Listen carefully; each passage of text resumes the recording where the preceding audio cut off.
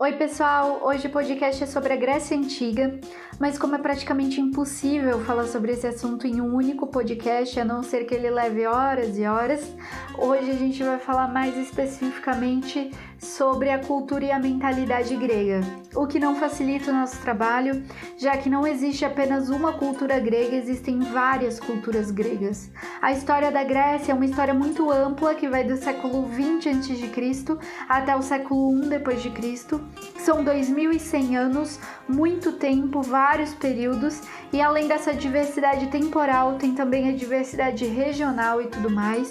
Então o jeito que eles agiam, se relacionavam e pensavam na época da Grécia Antiga tinha variações no tempo e espaço.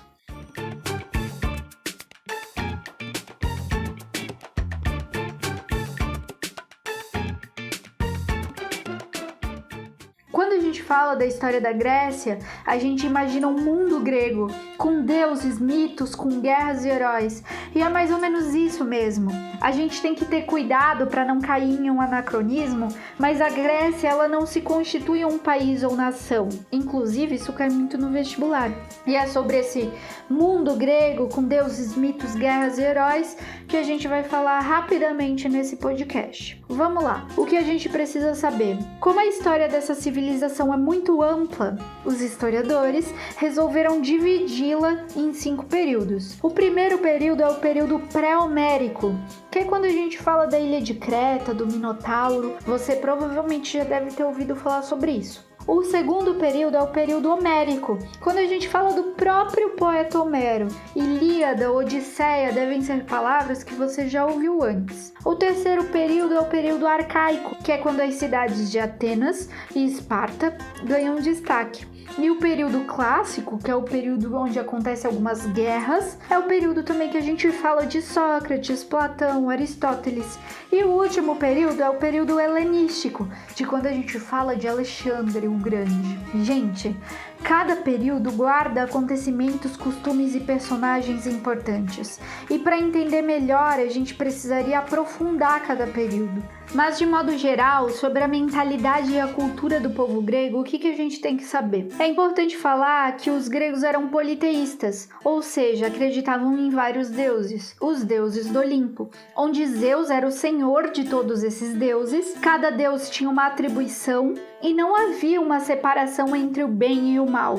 Os deuses tinham algumas características mortais, forma e comportamento humano. Para isso, a gente dá o nome de antropomorfismo. Por isso, também tinham os semideuses, que era o filho de um mortal com um deus. Como exemplo, a gente pode citar Édipo ou Hércules. Os gregos tinham alguns rituais para agradar os deuses e receber auxílio. A maioria destes rituais eram baseados em danças, oferendas e sacrifícios. Sobre a mitologia. A mitologia grega não é a mesma coisa que religião grega.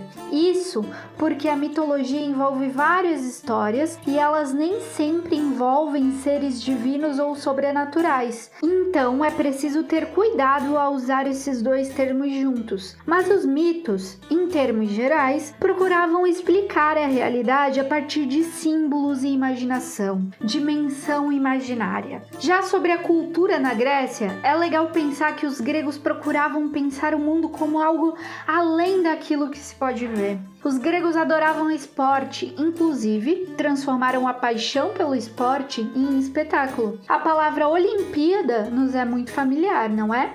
Eles eram curiosos, preocupados com a vida e usavam a razão e a lógica para procurar as respostas de algumas questões. Então, o humanismo e o racionalismo ganham destaque. O que, além disso, ganha destaque?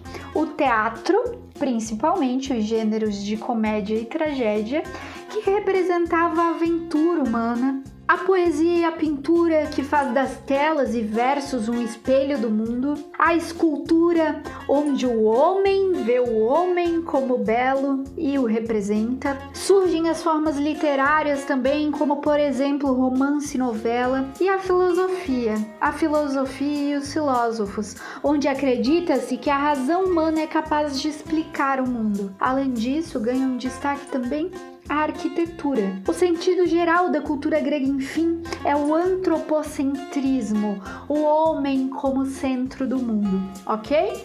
O que a gente consegue entender, então, resumindo até aqui?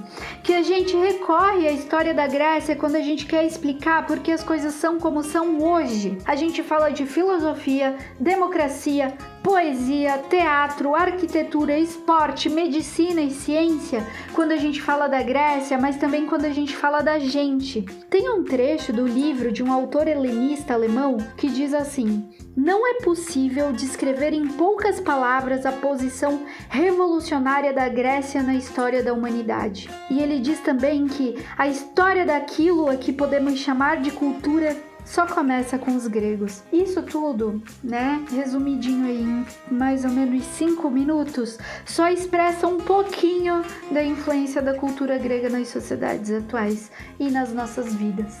Espero que vocês tenham gostado. Até a próxima!